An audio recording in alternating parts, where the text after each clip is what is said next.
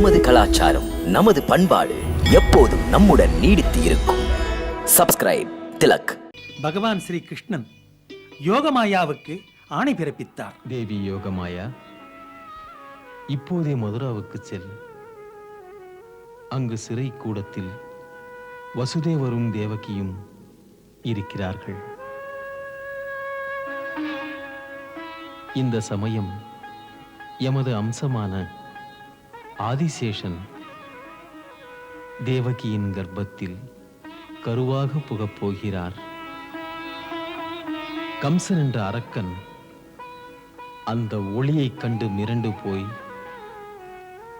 அவளை அழித்துவிட யோசிக்கிறான். ஆகையால் கல்யாணி, ஆதிசேஷனை தேவகியின் கர்ப்பத்திலிருந்து அகற்றி வசுதேவரின் இன்னொரு மனைவி ரோஹிணியின் கர்ப்பத்தில் சேர்த்துவிடு. ரோஹிணி இப்பொழுது கோகுலத்தில் நந்தகோபரின் வீட்டில் மறைந்திருந்து வாழ்கிறார்.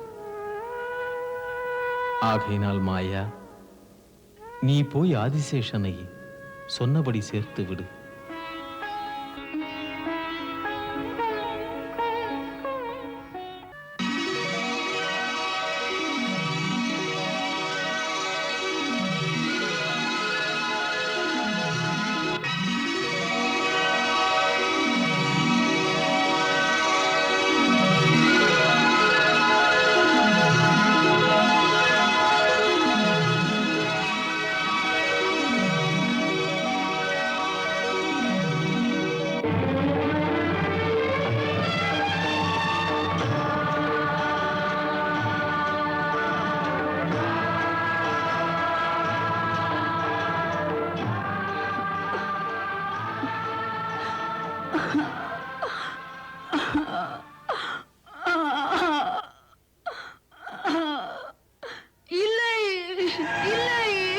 என்ன தேவி? எனக்கு எனக்கு எனக்கு கர்ப்பம் சிதைந்து விட்டது. ஆம், எனக்கு கர்ப்பம் சிதைந்து விட்டது. சிதைந்து போயிற்று? ஆம், எனக்கு கர்ப்பம் சிதைந்து போயிற்று. எனக்கு கர்ப்பம் சிதைந்து விட்டது.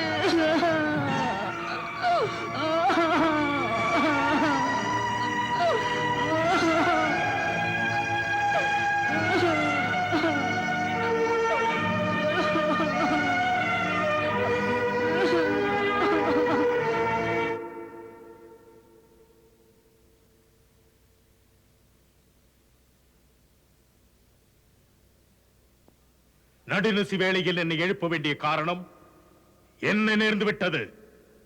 மன்னியுங்கள் மன்னவா, தங்கள் உத்தரவுப்படி ராஜகுமாரி தேவகியை பற்றிய செய்திகளை உடனே சொல்ல வேண்டிய கடமை உணர்ச்சி. தேவகியை பற்றிய செய்தி எதை பற்றியது? 7வது குழந்தை பிறந்து விட்டதா? இன்னும் பிறக்கவில்லை மன்னா, கர்ப்பச்சிதைவு ஏற்பட்டது. கர்ப்பச்சிதைவு இருக்காது. இதுதான் நடந்தது மன்னவா. நான் நம்பவில்லை. உண்மைக்கு திரை போடுகிறான். அந்த குழந்தையை மறைப்பதற்கு விஷ்ணு கபடத்தை செயலாக்குகிறான். இல்லை மன்னவா, 10 மாதம் இன்னும் நிறைவு பெறவில்லை. நான் மிகவும் கவனமாகத்தான் கண்காணித்து வந்தேன். தேவகிக்கு கருசிதைவுதான் ஏற்பட்டது. அவள் தேகத்திலிருந்து பிரகாசம்தான் தெரிந்தது எனக்கு. அதுவும் மறைந்தது. அப்படியானால் இது விஷ்ணுவுடைய சதிதான்.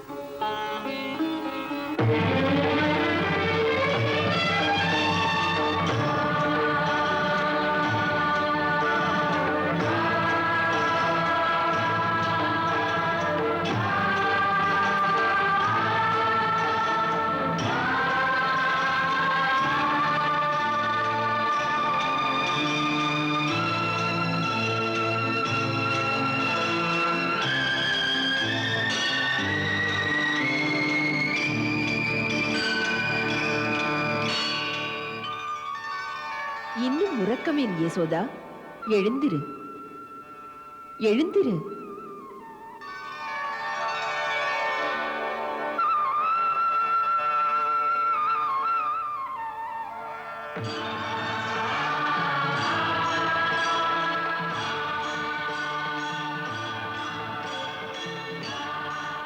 உத்தமியே, மிக்க ரகசியம் ஒன்றை தெரியப்படுத்த வந்தேன். இறைவனின் திருவுள்ள கருத்து கிணங்க மாதா தேவகியின் உதரத்திலிருந்து அவளுடைய 7வது கருவை அகற்றி எடுத்து அப்படியே அந்த கருவை தேவி ரோகிணியின் கர்ப்பத்தில் நிலைப்படுத்தி விட்டேன். வசுதேவருடைய இந்த குழந்தை எல்லையற்ற சக்தியோடு புகழ் பெறப் போகிறது.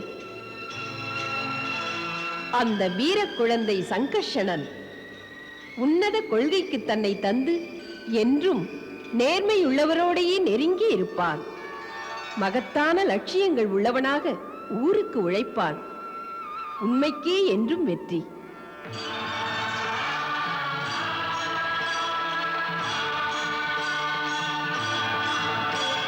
அன்புள்ளவளே, மேலும் இன்னொரு ரகசியம் சொல்ல வேண்டும். ஒரு பெண்ணுக்கு 2 பெருமைகள். ஒன்று நல்ல கணவனின் மனைவியாயிருப்பது, இன்னொன்று தாய் சொல்லை தட்டாத மகனை பெற்றெடுப்பது. இந்த 2 பெருமையும் நீ பெறுவாய். பேதைத்தனமான ஒரு கேள்வி. பெண்ணுக்குரிய பெருமை எனக்கில்லை. மனதிற்கினிய கணவனை பெற்றும் மாதாவாகவில்லை என்ற குறை இன்னும் இருக்கிறது. அப்படி ஒரு குறை தீரும் நேரம்தான் இது. உங்கள் குலகுரு மகரிஷி சாண்டிலியரை கண்டு பிரார்த்தனை செய். நீ ஒரு குழந்தையை பெற்றெடுக்க நல்லதொர வேள்வி நடத்த வேண்டும். உன் குறை தீர்ந்து மகனை பெறும் பாக்கியம் உனக்குண்டு.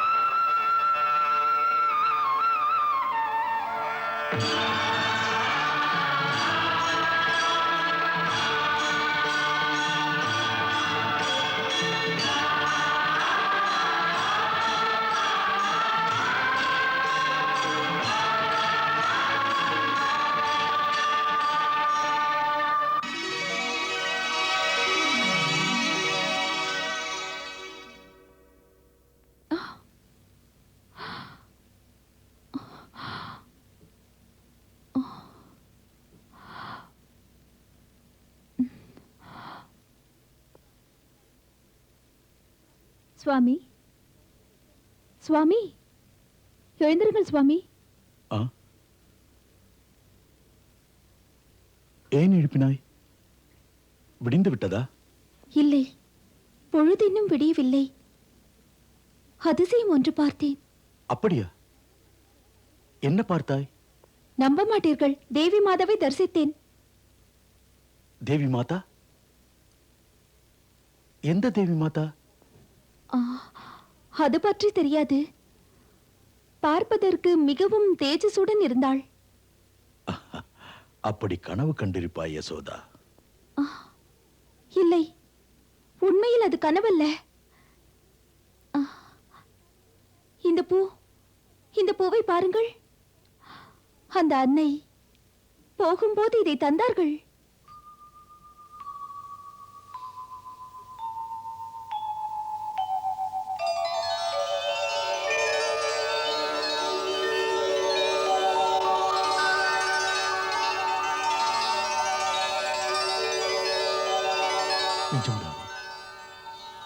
நிஜம்தான் நீ பார்த்தது.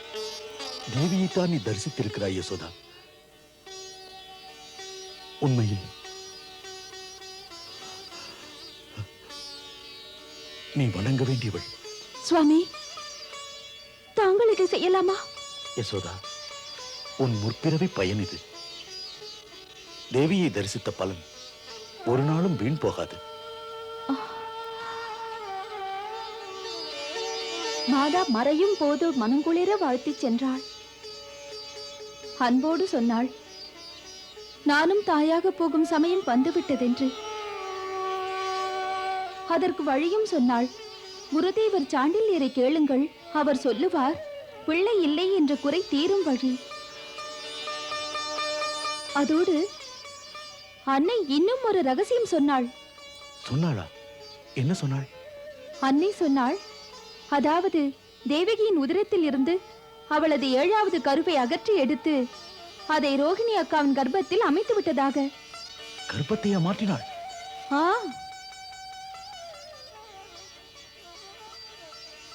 இப்படி நடந்ததின் பொருள் தெரியுமா? தெரியாதே. அர்த்தம் கேட்கும்படி தோன்றவில்லை. இந்த நிகழ்ச்சி மிக பெரும் திருப்பத்தை தரப்போகிறது. இது வெறும் கண் துடைப்பல்ல. எப்படி சொல்வது ரோகிணி தேவிக்கு?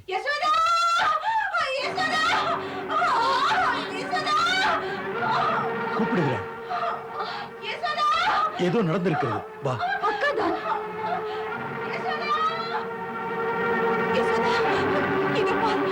இந்த மாற்றத்தை பார். அக்கா வயிற்றிலிருந்து ஒரு பேரொளி தோன்றி எங்கும் வீசுகிறது. இதோ பார், என் வயிறு பெருத்திருக்கிறது. இந்த மாற்றம் என்னை ஆச்சரியத்தில் ஆழ்த்துகிறது. கலங்காதீர்கள் அக்கா, இது தேவியின் ஏற்பாடு. தேவியின் ஏற்பாடா? என்னதான் சொல்லுகிறாய் அம்மா யசோதா? பொய்யில்லை, உண்மைதான். தேவி மாதாவே பிரசன்னமாகி என்னிடம் சொன்னாள். தேவி மாதா? எந்த தேவி மாதா? எனக்கு புரியவில்லை. தேவிதான் சொன்னாள். இது தேவகி தேவியின் 7வது கருவாம். இறைவன் திருவுள்ளப்படி கருவை தேவகியின் வயிற்றிலிருந்து உங்கள் கர்ப்பத்தில் சேர்த்து விட்டாளாம். பிள்ளையின் பெயர் பலராமன் சங்கர்ஷணன். கதையிலே நிகழ்வது போல் சொல்கிறாயே யசோதா. கதையில் நிகழ்கிறது வாழ்க்கையில் நிகழுமோ? பேதைக்கு இப்படி ஒரு சோதனையா?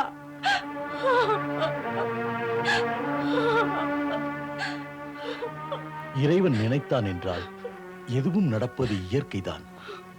இது நிகழ்ந்தது, உண்மையாக நிகழ்ந்தது.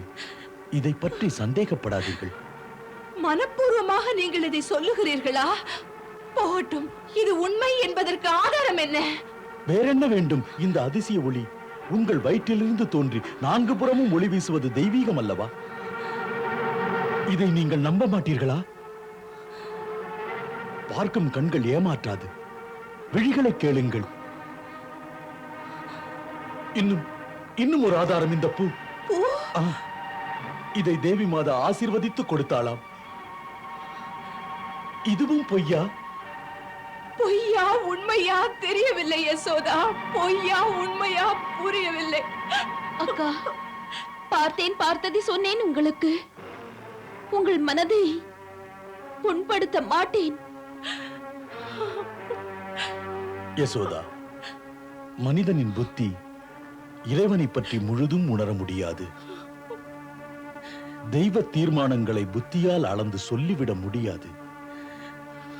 நதிகளை, கடல்களை, விண்ணை, மண்ணை, சந்திர சூரியனை, நட்சத்திர புதையல் கொண்ட ஆகாயத்தை இந்த மனித புத்தி அளக்க முடியுமா? இந்த படைப்பெல்லாம் தெய்வ தீர்மானம் இல்லையா?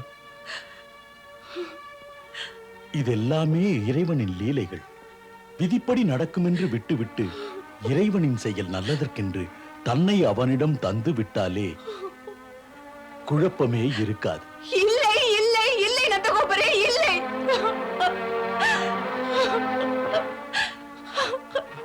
தங்கள் பரிவும் பாசமும் மனமுடைந்த எனக்கு நிழல் தரும் மரமாக இருந்து இத்தனை நாளும் காத்தது இந்த கிராமத்துக்கு கூட தெரியாது நான் வசுதேவருடைய முதல் மனைவி என்பது. அப்படி ஒரு நிலைமையில் இப்படி நடந்தது விதிதானே? கேட்பவருக்கு நான் என்னதான் சொல்லுவது? அதை யோசியுங்கள். யார் நம்புவார்கள் இது தேவியின் ஏற்பாடு என்று? நந்தராஜனே, யார் நம்புவார்கள்?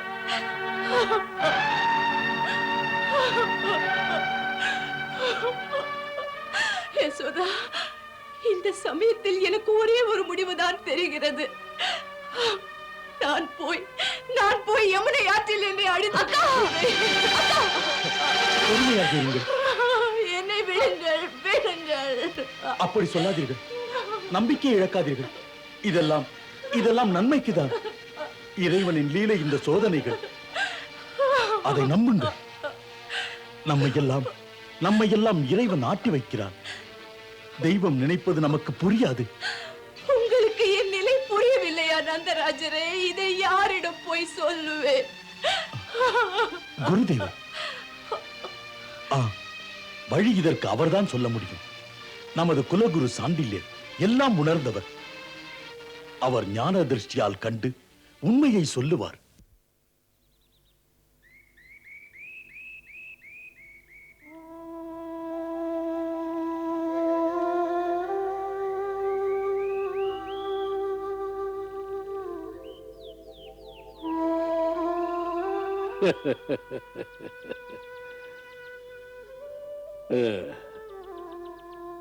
மகளே, நீ மன்னர் குலத்தில் பிறந்தவள். ஒரு சாமானிய பெண்ணைப் போல் கவலைகளுக்கு இடம் தரவே கூடாது. உன்னை பற்றி நினைக்கும் போது ஏனோ தெரியவில்லை, என் மனது உன்னை வணங்க வேண்டும் என்று விரும்புகிறது. அதனால் நிச்சயமாக ஒரு தெய்வீக சக்திதான் தர்மம் காக்க உன்னை மாதாவாக்கி பார்க்க நினைக்கின்றது. உன் மேனியின் காந்தி சூரியகாந்தி போல் ஜொலிக்கின்றது. இறைவனின் திருவுள்ளம் எளிதாக புரியாது. முக்காலம் உணர்ந்தவரே, தாங்கள் தம்முடைய ஞான கண்களால் பார்த்து சொல்லுங்கள். இப்போது நடப்பவைகளுக்கு காரணங்கள் என்ன?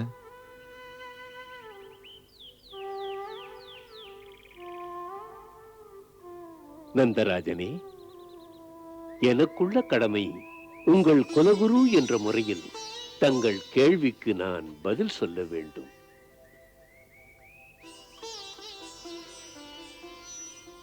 ஆகையால் இதை கவனமாக கேளுங்கள். அன்று மாதா பகவதி